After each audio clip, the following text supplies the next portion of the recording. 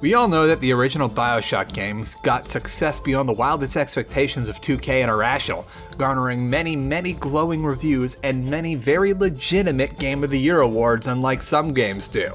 So obviously, as AAA studios are wont to do, there was going to be a sequel. And of course we all know now that there was Bioshock 2, which came out a little over 2 years after the first Bioshock game did. We got our first whiff of Bioshock 2 back when it was still holding on to the subtitle Sea of Dreams, back when the Bioshock port for the PlayStation 3 came out, and then there was a crazy ARG called There's Something in the Sea that made the hype fly clear through the roof as to what was happening in Rapture now that we'd been gone for a while. And then in early 2010, when it finally came out, we just kinda collectively went, this wasn't really what I was expecting out of a Bioshock sequel. So what the heck happened? There's more than a handful of people that think that Bioshock 2 was better than the first game, but almost universally people consider it to be a disappointment compared to the original game. What went wrong? What happened? Why did it happen? The newly formed 2K Marin made a lot of improvements to Bioshock's core gameplay, the combat in particular. The weapons were vastly improved as far as the effectiveness and what they did went, and there weren't the issues like in the last game where certain weapons just no longer were viable once you got into the late game.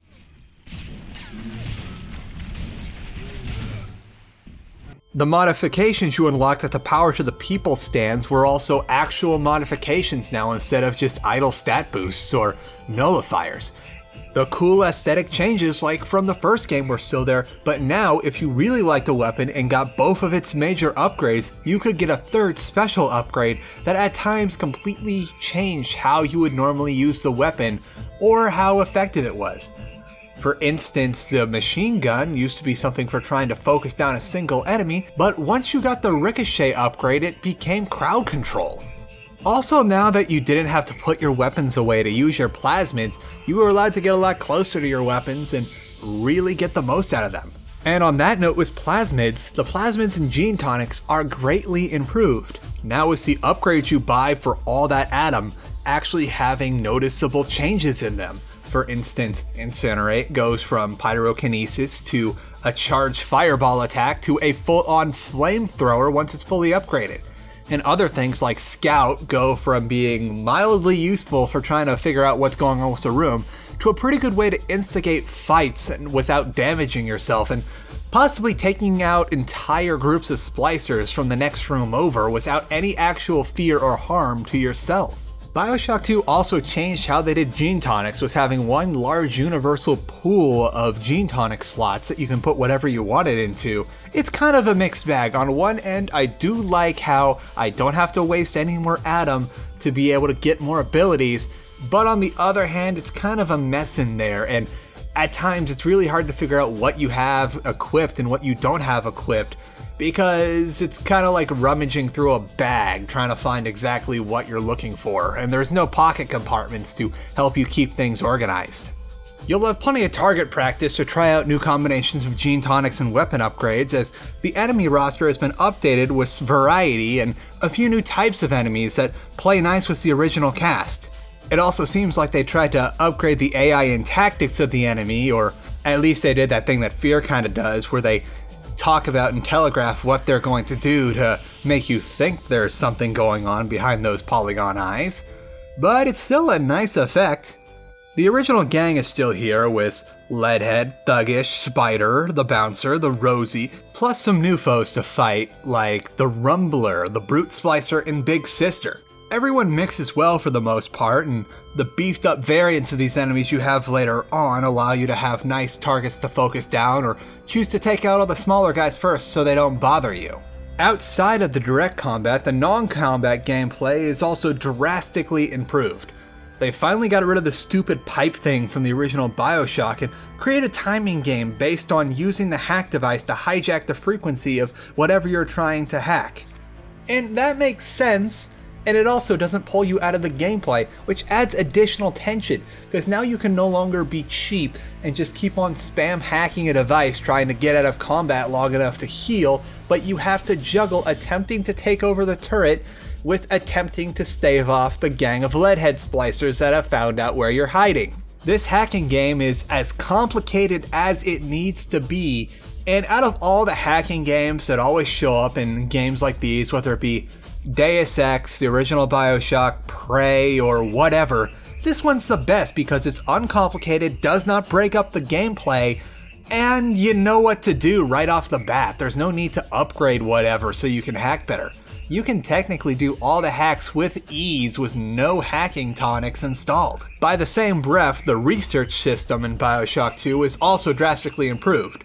You can't game the system anymore by just spamming a bunch of camera snaps right in front of an enemy before fighting him, but now you actually have to target, start recording the enemy, and you are actively encouraged to change up what you do while you're fighting him because that's how you get the points. There's no more just camping, there's no more just hoping that you can buy a bunch of camera fuel things. Wait, did I just call film reels camera fuel things? Oh god, what is wrong with me? Where Bioshock 2's gameplay goes south, however, is the boss fights, which, for the original bosses you fight, it's exactly the same as the first game. You're still fighting bouncers and rosies. You do get a bit of a shake-up when you're fighting the rumblers, but aside from basically being a Rosie with a shot you can potentially dodge, you just have to smack a few mini turrets and you've got this one beat. Where things really get bad though is Big Sister. Big Sister is an unavoidable fight, which kind of flies in the face of the previous Bioshock games, that you have to face as soon as you've dealt with the final little sister. You get about 30 to 60 seconds to prepare yourself, and then here comes Big Sister, ready or not. This becomes a problem because sometimes you're just in a really bad spot in a level, and Big Sister doesn't stop pursuing you even after you die.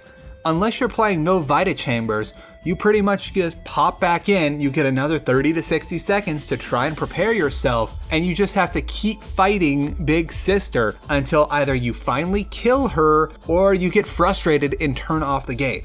While I very rarely had problems with this, and it only really happened when I first started playing the game back in 2010 during the earlier levels, this can be really bad, especially if like newer players or people that aren't as strong with shooter games get stuck in this loop. And there really should have been a better way of having to incorporate Big Sister. Perhaps you have to seek her out instead to get the final little sister. Or perhaps Big Sister takes a hint and realizes, okay, we've killed him, I'm just going to hang out and look for new little sisters. But what's in the past is in the past, and Big Sister ends up being a big dent in an otherwise solid gameplay experience. What's not so much as a dent as it is a lack of general polish and luster is the difficulty curve in Bioshock 2.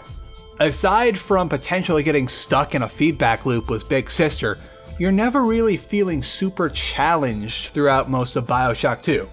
Yeah, there's a few moments early game, especially your first little sister protection where you might go down a couple times, but you're always in a situation where you know clearly you can either take out everyone in the room or you have a clear path to escape. There's never really any sense of danger, even when first dealing with things like the Brute Splicer. It's a shame too because, like the previous Bioshock, this game had a bit of a power creep after a while, and when you finally get to fight Alpha Series Big Daddies, it's kind of a disappointment because you can take them out pretty quickly. While Bioshock the first game did have that power creep issue, there were moments in the game where things got shaken up and suddenly you were on your heels again trying to figure out what's going on. There was never a moment like that in Bioshock 2. You always had a steady, clear increase in power, and enemies never really posed a threat unless you got caught at a really inconvenient time with Big Sister, which, as long as you're smart, will never happen. Bioshock 2 also featured a tacked-on multiplayer system, which was pretty much the norm at the time Bioshock 2 was created. This only made matters worse given the already extremely tight development schedule that Bioshock 2 got, and it just made no sense putting a multiplayer mode in what is known to be a single-player, story-driven game. Now, if you want to try this game out now, it's not even available on the remastered version of Bioshock 2, and while people have told me while I was making this video and just in general that they still play and can find full lobbies on the Xbox 360 version, when I tried to get footage for this for the PC, I was literally the only person on the entire planet playing Bioshock 2 multiplayer on PC. I waited in those lobbies quite a while, but I did not see a single soul in the Bioshock 2 multiplayer matchmaking system. So I don't really have any footage aside from me wandering around in a private match by myself for a bit. The multiplayer mode had its own story too. You picked one of an assortment of characters that you wanted to be your avatar, and you first discover that Rapture is going to war on New Year's Eve. You decided to do the fashionable thing and not go to the Kashmir restaurant, but instead stay home and try drugs for the first time. Then you hear an announcement on the radio that there's been an attack and Rapture's at war. Good thing that you just bought a bunch of guns from Sinclair, and you can even get new guns through the reward system. As you go on, you usually play randomly as either Atlas or Ryan, with no real way to consistently stay on one team, and as you rank up you become more and more splice looking until by the top rank you are pretty much a full-blown splicer. From what I remember, this multiplayer was pretty good too. It wasn't amazing, it didn't artificially extend the life of Bioshock 2 and allow it to be relevant for years after its release, but it was competent enough to make me climb through the ranks and really enjoy myself while I was playing. Now, before we can talk about where this game really falls flat, which is the story, we should talk about the general concept and premise of returning to Rapture. Before, when we were playing as Jack, we were scavenging about for anything that might help us last a few more minutes under the sea. Every objective completed was in the interest of surviving until the end of the game or somehow getting out of Rapture. In Bioshock 2, it doesn't really feel like that. It feels as if Delta is just moseying about Rapture, picking up a few things and maybe doing an errand or two before finally getting to where they're keeping Eleanor. I know the story goes that we are supposedly literally dying because we aren't close enough to Eleanor right now, but that's really hard to believe as Delta seems pretty healthy when he's killing rooms full of splicers. Returning to Rapture in this context just doesn't give the same effect as the previous game did. There's also the issue that the original Bioshock tied everything up pretty neatly, and the events of Bioshock 2 feel kind of implausible unless you're really familiar with the Bioshock lore and the promotional alternate reality game. And without the fabrication of these entirely new characters and entirely new areas, it'd really be pointless to hang around here. Heck, the developers literally said, "Where do we go from here?" when making Bioshock 2.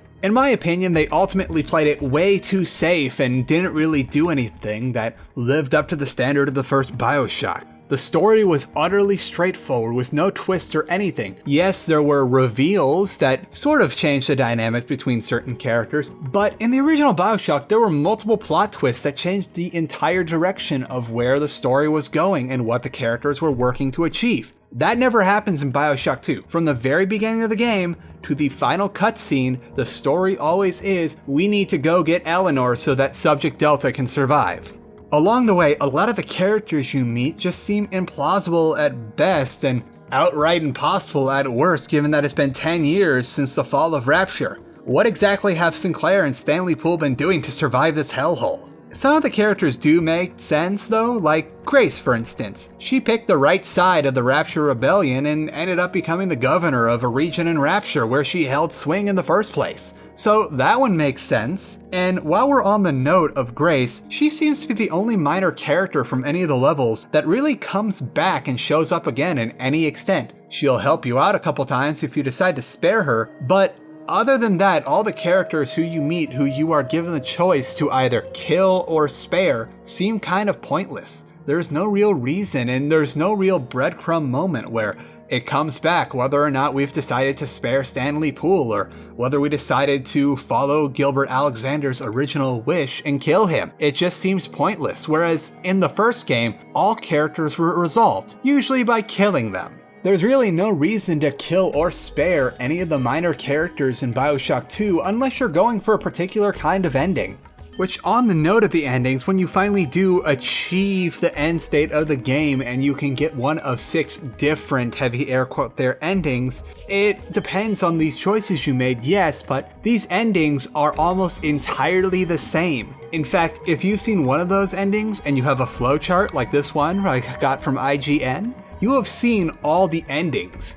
and most of them are utterly inconsequential from the other one, in comparison to Bioshock, the first game, where you got two entirely different endings depending on how you played, which is a wonderful argument for quality over quantity, but the damage is done here. They may as well have just had two endings, or maybe even one ending, depending on how they want to do this. These 6 endings are almost exactly the same from one another, so why bother playing another time? I admit it was nice to go and see Rapture again later on, but it's off-putting that you not only never revisit any of the areas you originally went to in the first game, despite it being established early on that Delta has no problems being completely out in the open ocean for extended periods of times. Conversely, it feels odd that we never saw or heard of any of these places when we were playing the first Bioshock game.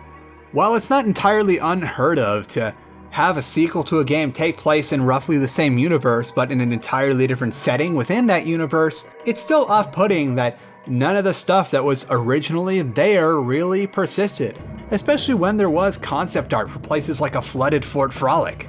The omission of certain parts that were originally planned for the game wasn't the only problem in Bioshock 2's development. Bioshock 2 was primarily made by 2K Marin, which was pretty much a few people from the original team that made Bioshock broken off from their homes in the East Coast and sent out to California, and then cobbled together with a few other miscellaneous members that 2K just had laying around from other teams. With the exception of Gary Scheinman, that did stay around to make the music, all the original leads from the teams were gone. Ken Levine was squarely out of the picture and already working on Bioshock Infinite as early as the February after Bioshock's release. Bioshock 2 got about 2 years and 1 month to be created by 2K Marin, as they were founded on the December following Bioshock's release in November, and assuming they used every second they had to make the game up until February of 2010, that gave you about 2 years and 1 month, which, flying in the face of all the other games that had really strong initial entries and then really strong sequels, that is nowhere near enough time to make a competent game, or even something that you can even remotely expect to follow in the footsteps of its predecessor. Look at all these games I'm showing you here. Most of these games took anywhere between 6 to even 12 years between sequels to make sure that when the game finally came out, it was just as good and groundbreaking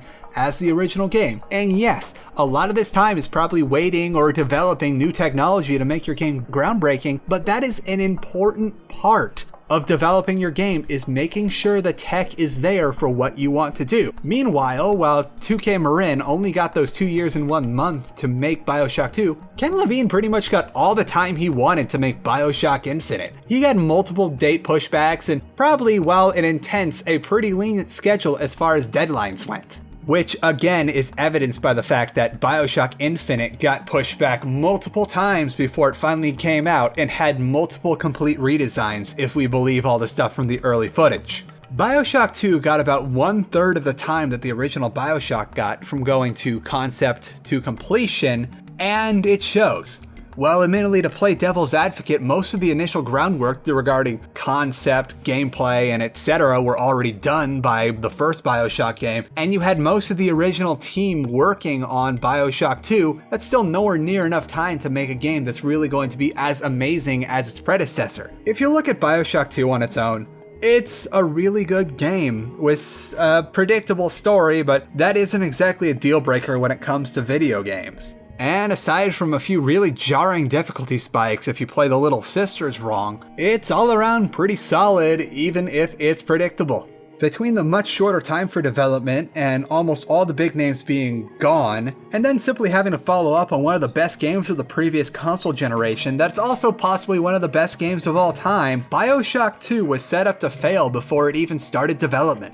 All things considered, after doing all the research on this and then pairing it with what I found out when I was researching the XCOM video with the Bureau, I really feel bad for 2K Marin, who got the shortest end of the stick out of everyone here. It sucks, and I really would have liked to see what Bioshock 2 would have been like if they got as much time to make it as say Ken Levine got for Bioshock Infinite. But alas, we got what we got. Thank you so much for joining me on this video. If you really like my content and want to see more of it, what really helps is giving a bit of money to my Patreon. By just giving $1 a month, that's probably going to be more than enough to really help make sure that I can make the next video. And $1 a month is not even as much money as you need to go get a soda out of the vending machine. And it's probably very likely that my Patreon will not give you diabetes like the soda might. Be sure to subscribe and ring the bell so that you can see my next videos as soon as they come out. And in the meantime, bye. That was your coworkers. Seriously, look at that. I can pet him and not get bit. He's a wobbly boy.